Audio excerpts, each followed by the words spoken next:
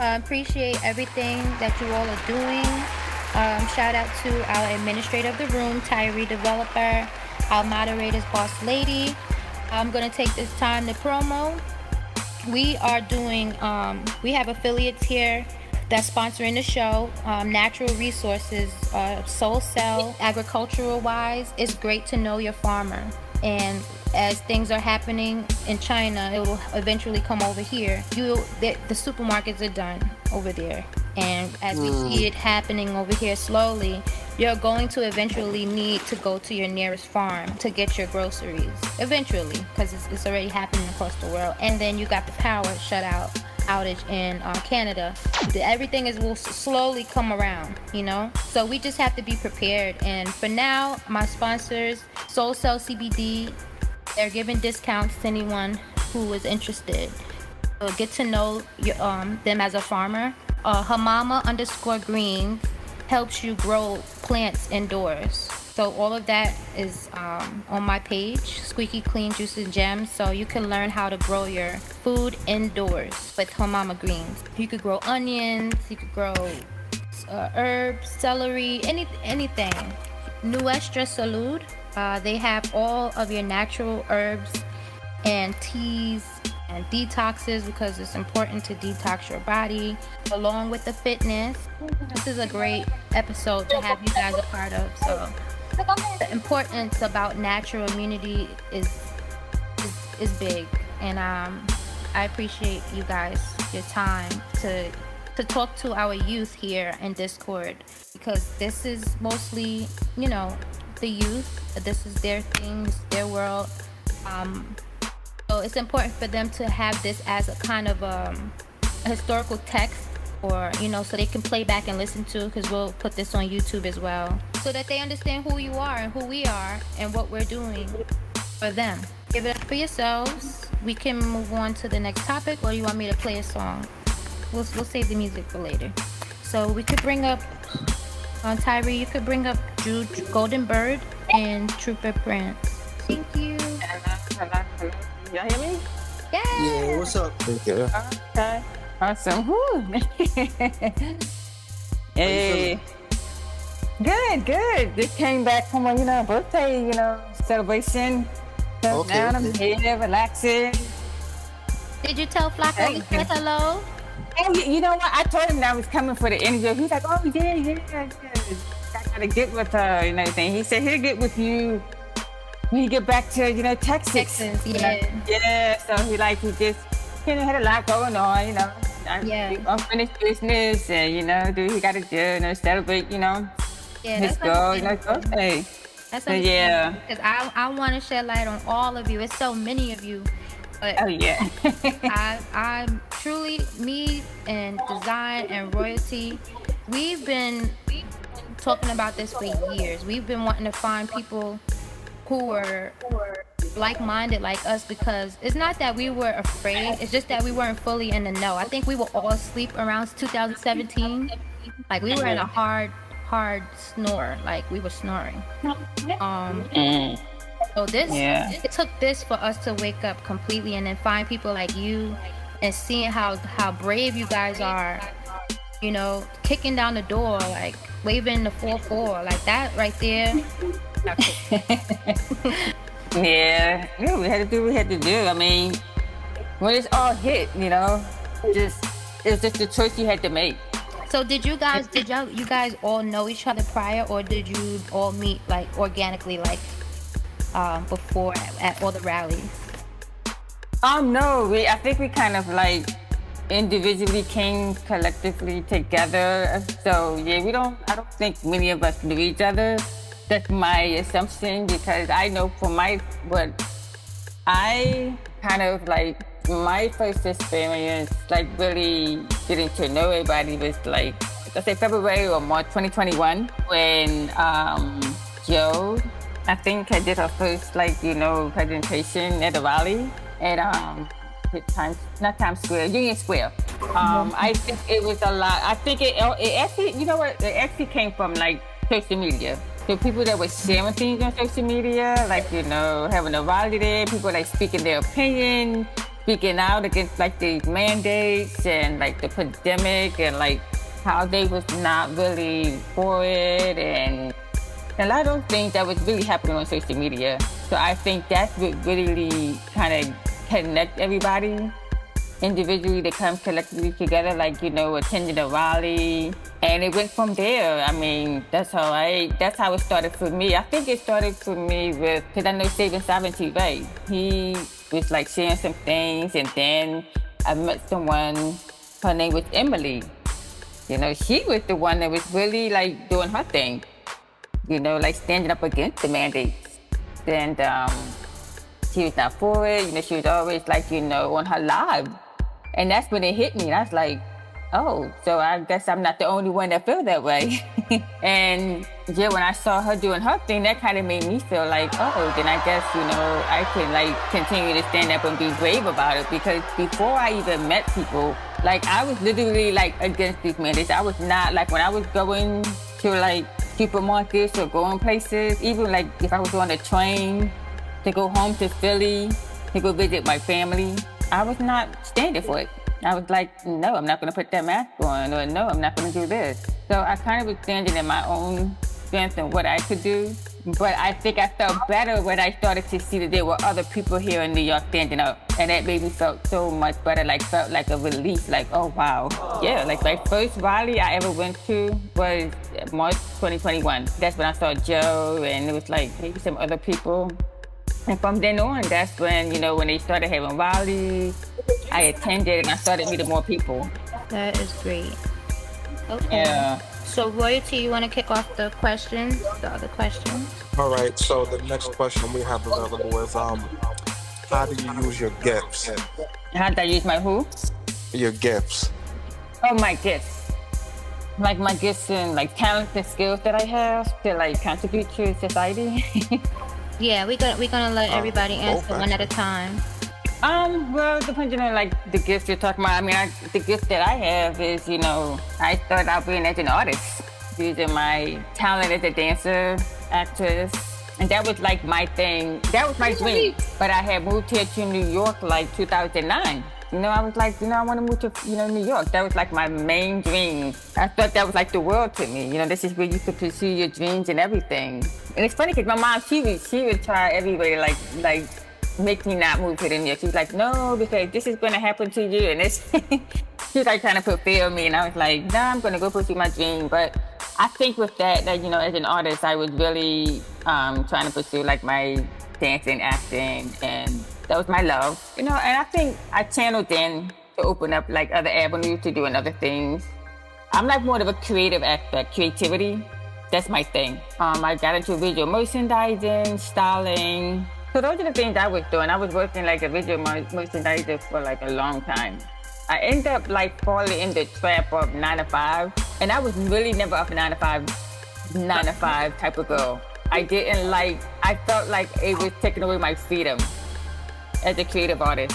For me, it was just very challenging, with that, living here in New York and trying to live my dream and, trying to make it through in life and trying to survive and make ends meet. That was my main challenge. But I always found a way to like use my talent and gift to like make me feel like a certain freedom that I needed to have.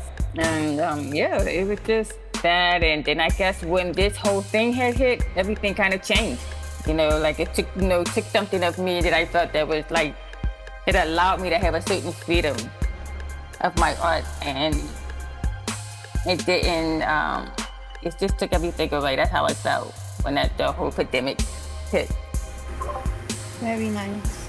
All right, Trooper, how do you use your gift, or what is your gift that you bring towards the table for the world? Talk about myself, but if I was to say what my strength and my gifts are, what I lean into, honestly, sounds corny, but love. Like I think the world is missing that. I know people talk about that, but I really lean into that. I don't really, and resilience. I think, and I guess also like, when I look at my life in retrospect too, again, I actually don't believe anybody is better than anybody. I think we all, like you said, have different talents and gifts and different strong suits. My father told me that when I was young, and I kept it. He said, no one's better than you, and you're not better than anybody. And that's really kept me very confident and helped me navigate through life well. And I do, but with that being said, I do know that prior to social media, I am influential when I speak. My friends usually listen to me. People tend to listen to me, so I make sure when I speak, I'm very responsible with my words. So I think my talent, I guess I do have a gift of being resilient and fighting back. Even as a kid, when I was a knucklehead, I mostly didn't fight for myself. I fought for other people. Nobody bothered me, but I would fight for my friends. So being a fighter, being resilient, and speaking well, I think that's my talents that I try to use to help the world be more loving. Very cool. And fitness, right? And fitness. You're killing the fitness. It's funny. Yeah. I don't think, it's funny. I don't think fitness is my talent as much as like, oh yes, you can do this. I don't think fitness is my talent. I think fitness is a manifestation of my resilience. Honestly, I think I'm not the strongest guy. I'm not the fastest guy. I don't have any Olympic. So I'm not the fittest guy, even though I may look good on social media. But I'm resilient enough that I don't stop when I'm doing, when I'm tired. So my body starts to look like, fit. But I wouldn't say I'm the best by any measure, but I would say fitness is just a manifestation of other things. But in retrospect, you are helping many people stay healthy. True. You got it. True. You have to give yourself that credit. I know it may be cheesy, Nah, it's funny. It'll be a dude like him, that cocky dude come around like, yo, I can lift more than you. I'm stronger, yeah, man. And then he come through like, man, I'm not better than anybody, man. Just lift up double knee, lift it. All right. I spread fitness too. Yes. Okay, Dan, what is your gift? I already know your gift, but you can explain yourself. Please give yourself the proper credit due. I think what I try my best to do is just spread knowledge as much as I can. Because if I'm very focused and determined to accomplish a goal or find out what's going on about this topic, I really put my mind on it. And then I can find all this information that a lot of people might not know how to access, or they just don't have time to look it up themselves because they're planning on doing other things as far as trying to help people, whether it's fitness or speeches or anything else in the community. So I try and do my best to get down into the research and the knowledge and just try and get that information out as much as possible. My drivenness and perseverance to do that is what I think can help the community overall. Dope. Very, very, very dope. Okay, so now I believe I can get into some music and we will come back for the next topic, right, Royalty and design? Yeah, that's perfect. That makes sense now. Here's some Jimmy Levy and Tyrus. We will not comply with the institution's sick illusion. No, it won't be televised. Welcome to the revolution. We will not comply with the institution's sick illusion. No, it won't be televised. Welcome to the revolution. The revolution won't be televised. Government been telling lies. If you're not with us, you better step aside. Witnessing a genocide. Everything is centralized. The food that we consume and they spraying it all with pesticides. Easily identify the sheep and the snake, the real and the fake, giving us a reason to pray. I'ma make my own choices. A voice for the voiceless. They trying to destroy us, avoiding the poison. It's all pointless if you don't have a purpose. If you read the verses, you'll know who we versing. Government can tell you what your worth is. Look deeper than the surface. They don't even want you researching or asking questions. We all being tested. Shut your mouth, they comply, that's the message. Want you depressed on prescriptions that mess with your head. Got you stressing, suppressing expression. We will not comply with the institution's sick illusion. No, it won't be televised. Welcome to the revolution. Right. Yeah. That Hey. is Jimmy. Yeah, that was dope. Nice, yeah. Hey, that was well, Yeah. you know. That's just All about right, so everything we were talking about funny. there. And they also are freedom fighters, and they have been performing. So you can check out all of their music there. They're reaching about over 2 million people with the message. So that's big.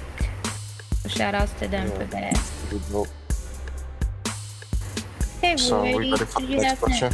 that? Yeah. All right. So the next topic is do you consider yourself spiritually humble? And if so, what does that mean for you? Dan, you could go first. I try my best to, but I know I'm not perfect. Nobody's perfect. It can really be hard to sometimes, especially when you're interacting with people who may not see things in a spiritual aspect as you, or if things might be confrontational. But sometimes you just need a moment to reflect and just get into your own thoughts, just to find how you can make yourself humble before you can try and interject that with others around you. It's a very hard internal process sometimes. A lot of ups and downs, becoming spiritually humble, like you want to. Very, very important. It's one of the most important things that you can do just for humanity itself, for your own spiritual health. Trooper, do you have anything to say about that? I guess what is spiritually humble? What would be defined as spiritually humble? I guess how I would put it, I guess like somebody that's like deeply involved in their faith and just like they're not like stuck in their ego basically. So they look at it from like a pretty fair point of view.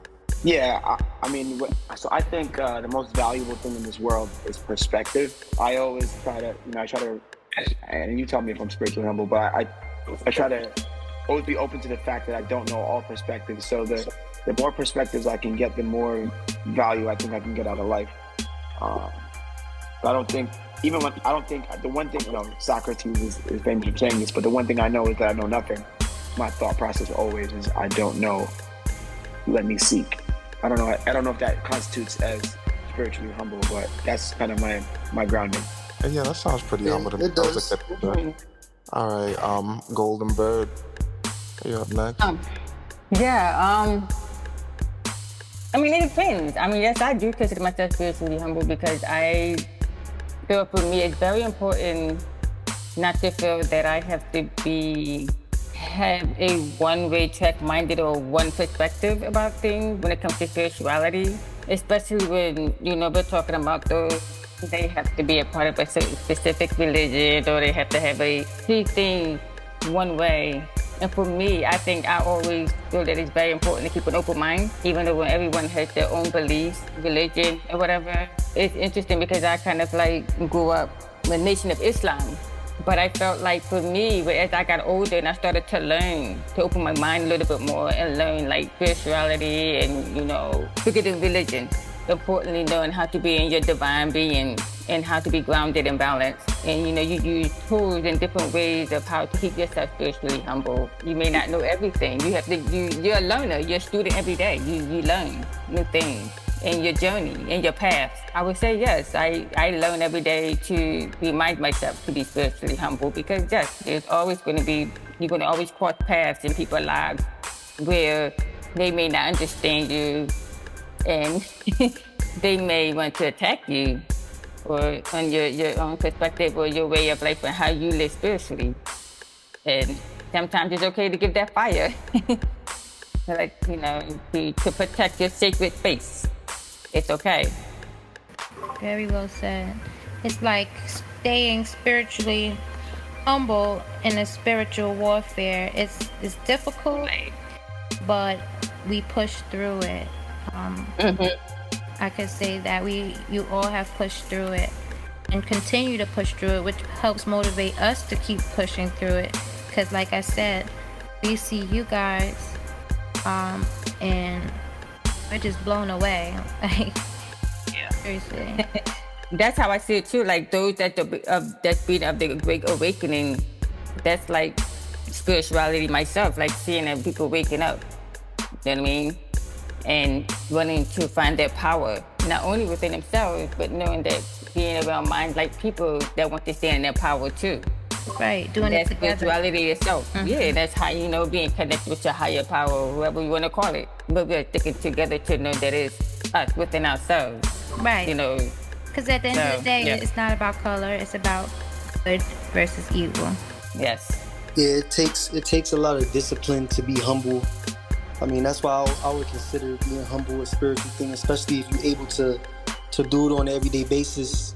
It's when you're dealing with other people with egos, you're dealing with things that try to come at your confidence, you're dealing with just growing up and just, going through whatever struggles you may be going through, you still find yourself being grounded and being like, let me focus on my purpose, let me focus on the positive thing, let me focus on betterment, let me not focus on this downfall, let me use this in another way, let me help somebody else, let me, whatever. I just feel like that's what it is, like. Right. I agree. Like, I honestly feel like the devil used color as a scapegoat, And it's unfortunate because it's a bad stigma. It's a bad stigma on our entire history. Every race and every creed has had their chastisement, and of course we always fight one another. I just think I'm happy that now we're at the gist of it, and we see through those tactics, and that we are uniting as a people under God, one nation under God, indivisible, with liberty and justice. Yeah. Right? It's where it should be. Hey. Right. So it's funny because Dan, he saw when I posted my daughter's homeschool work, and he was like, "Is they really making them do that?" Like, Yeah. I was intrigued. shout out to Molden Minds Academy. She's in Brooklyn. Wonderful freedom fighter that decided to become a homeschool. She is in Brooklyn and always looking for others to work with her, especially when everybody was losing their job.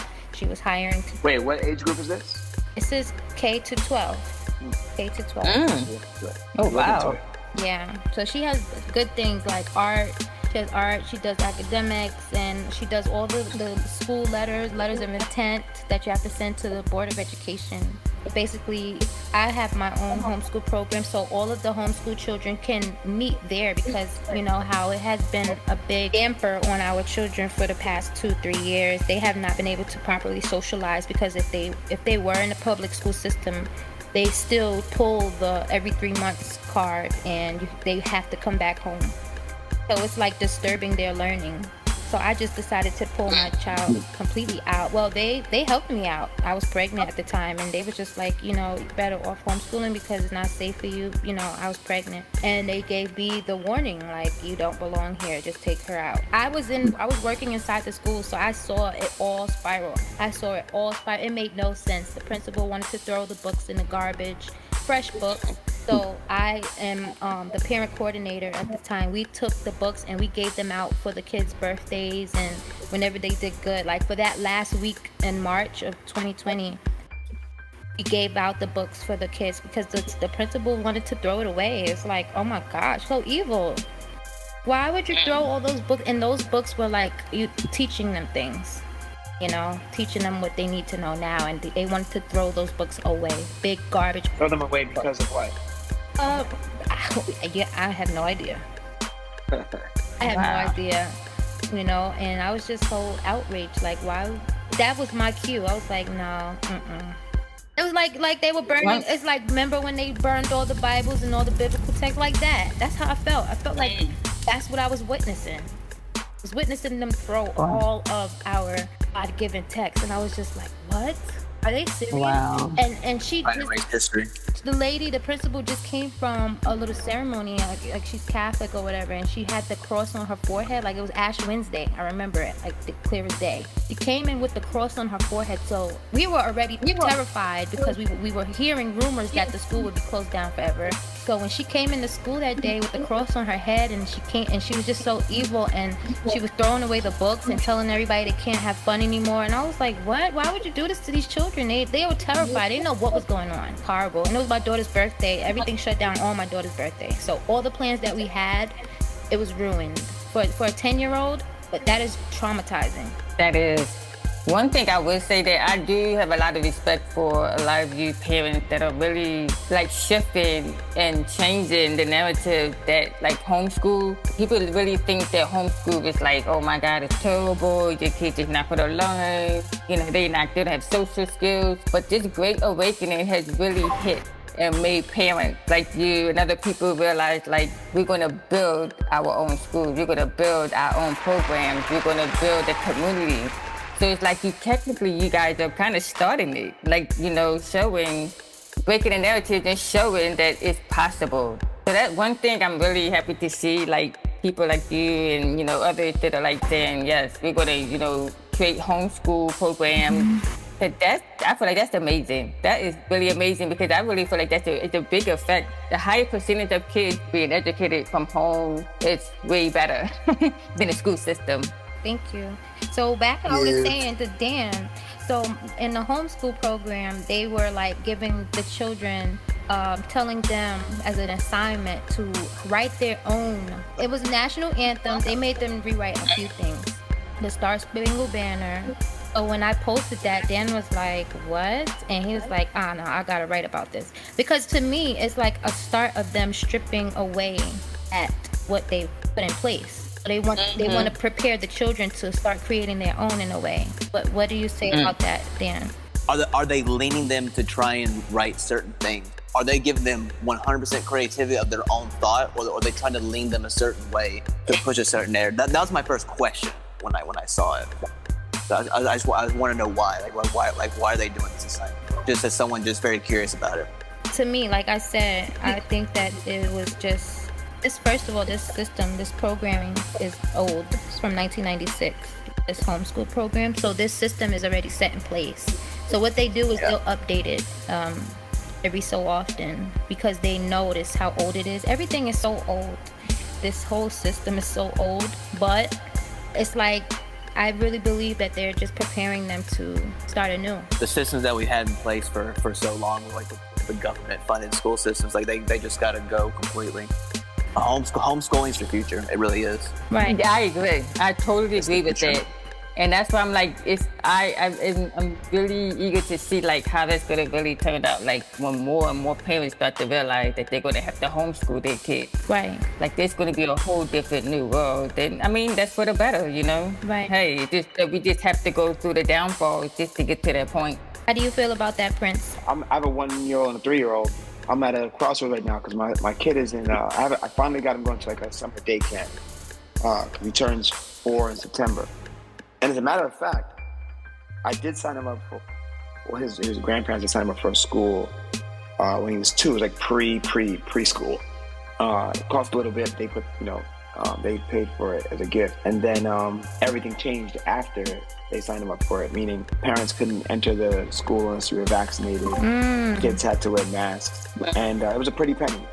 Wow. It was a very fancy school that the grandparents decided to put the money up for. And another thing I put my foot down that was awkward. I was like, absolutely not. My kid's not going anywhere. I can't walk inside of there. Exactly. And my kid will never be wearing a mask. Not under this pretense. Under this bullshit. Good. Yeah, that's right. Really, yeah, that's we didn't travel for that abuse. reason. We didn't do. We said, I'm not playing this game. It's tough. It's like a lot. It's a big game. See, I'm not playing this game. It sounds easy to say, but it's a lot. You're sacrificing a lot. We didn't go to a lot of restaurants. We didn't go, but right is right, and still to this day, at any point it could switch back again to the mandates could come back. Exactly. And my 10 toes stay down. Right. Then hit up Molden Minds Academy, and she does take 4 years old and up. Nice. Yeah. Wow. And then Nice. I'll definitely look that up. And then another side note too, I think just school does need to change anyway because the access to information that kids have nowadays, it's just the way we went to school is just prehistoric at this point. And also a lot of the stuff we learned was I can name right now, if you want me to name, I can name probably 20 different types of dinosaurs. I don't need to know that. I can name a cloud. I don't need to know that. But so I just think that there's like a lot of, there's so many like basic things like how to balance, how to, I don't say balance checkbook, even that's a little obsolete, but like managing your finances, understanding how taxes work, understanding the law, understanding government, you know, and there's a little bit of that going, but it's not like an emphasis. And it really is. They're not trying to make us. They even removed home ec, teaching them how to grow. Yeah, exactly. Basic stuff. They don't teach us about the Federal Reserve. Yeah, exactly. Most people don't understand how money works and why money has its value. Like, you have to look that stuff up yourself. So, right. School needs a big. Even prior to this, school needs a big change. Period. So I'm into the homeschooling, but I'm also into parents being aware of what your kid's learning and making sure that you're also, making sure that you're having a hand in the curriculum too. It's tough.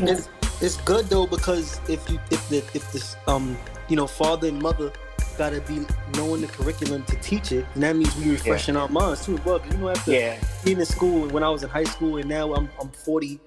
I done forgot everything I learned in school anyway. Now we don't remember nothing. We remember 2 + 2, 5 + 5. Okay, I probably remember AB plus C, and then I don't remember nothing I learned in school either way. So you reading it again to your children is helping you. Right. That's why you forgot it, because a lot of it you didn't use. Yeah, right. That is so true. That is so true. I'm into it for sure. All right, Royalty, do you have one more question? That pretty much sums it up for me. Do you have any questions, Squeaky? Design? No, that's it. I mean, we good. We a little over time here, but I think it was a good discussion. Yeah. Unless anybody has anything else to say. It was a great discussion. I think you all can just leave your social medias or where people can find you. You can say it and you can leave it in the chat. Yeah, so that wraps it up for much love, everybody in here. NYC. Appreciate y'all coming through once again. Thank you for having us. Out, guys. Really appreciate it. Yeah. Thanks for having us. Keep doing what you're doing. Keep doing what you're doing. It's very powerful. You guys deserve flowers too, man. This is big. Keep it up. Appreciate that for sure. Stay natural immunity. Stay natural immunity. Take your vitamins. Take no other route. Just stay natural immunity. Right. Take your vitamins. Natural immunity is king.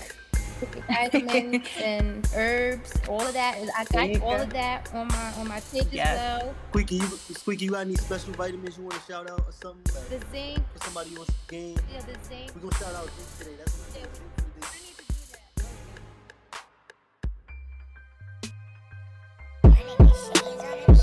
R.I.P. Bubby. R.I.P. Zeus. R.I.P. Capo. In the fourth quarter, it gets serious.